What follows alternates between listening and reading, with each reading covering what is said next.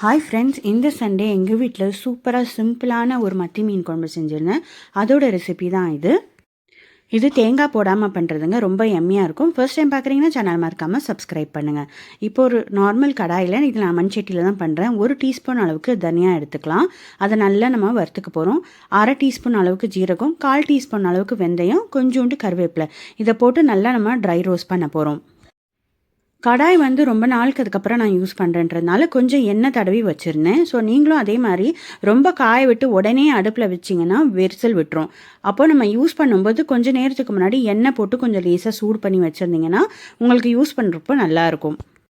நல்லமா பொன்னிறமாக வறுத்ததுக்கப்புறம் எடுத்து அரைச்சிடலாம், பவுடராக போட்டுக்கலாம்.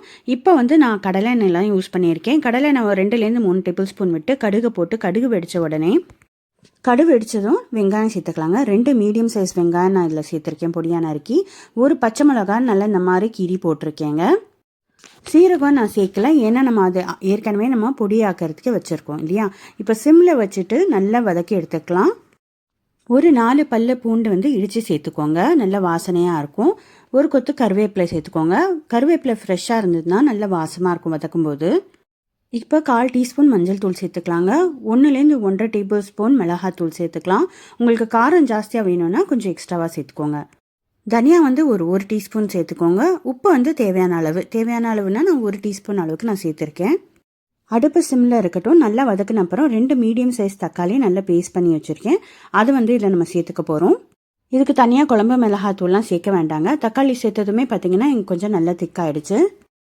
ஒரு நெல்லிக்காய் அளவுக்கு நான் புளி கரைச்சி வச்சுருந்தேங்க. அந்த புளியை நம்ம சேர்த்துக்க போகிறோம். இப்போ நம்ம வறுத்து பவுடர் பண்ணி வச்சுருந்தோம் இல்லையா, தனியா, சீரகம், அந்த கருவேப்பிலை இல்லையா, அதெல்லாம் அந்த பவுடராக நம்ம இதில் சேர்த்துக்க போகிறோம். போட்டு நல்லா கொதிக்கணுங்க. கொதிச்சதுக்கப்புறம் தான் அந்த நல்ல வாசனை வரும். உப்பு எனக்கு லேசாக கொஞ்சம் பத்தாமல் இருந்தது, ஆட் பண்ணிக்கிட்டேன்.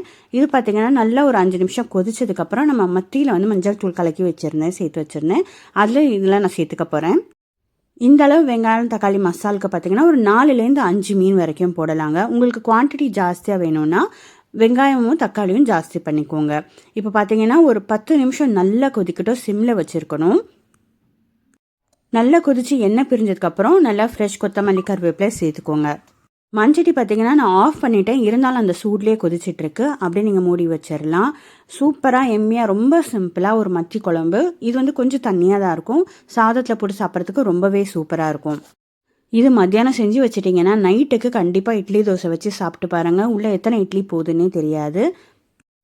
இதை நம்ம குழம்பு மிளகாத்தூள்லாம் போடாததுனால நல்லா உங்களுக்கு இந்த மாதிரி தான் இருக்கும். இந்த கன்சிஸ்டன்சி பார்த்திங்கனாலே நல்லா தெரியும். நல்லா பிசைஞ்சு சாப்பிட்றதுக்கு சூப்பராக இருக்கும். காரம் இது எந்த கலர் பொடியும் சேர்க்கலைங்க. நம்ம வீட்டிலே அரைச்ச மிளகாத்தூள்ன்றதுனால நல்லா உங்களுக்கு கலர் எடுத்து கொடுக்குது. ட்ரை பண்ணி பார்த்துட்டு எப்படி இருந்தது சொல்லுங்கள். ஃபர்ஸ்ட் டைம் நீங்கள் பார்க்குறீங்கன்னா சேனலை மறக்காமல் சப்ஸ்கிரைப் பண்ணி சப்போர்ட் பண்ணுங்கள். நெக்ஸ்ட் வீடியோவில் மீட் பண்ணுறேங்க. அது வரைக்கும் டேக் கேர், பாய்.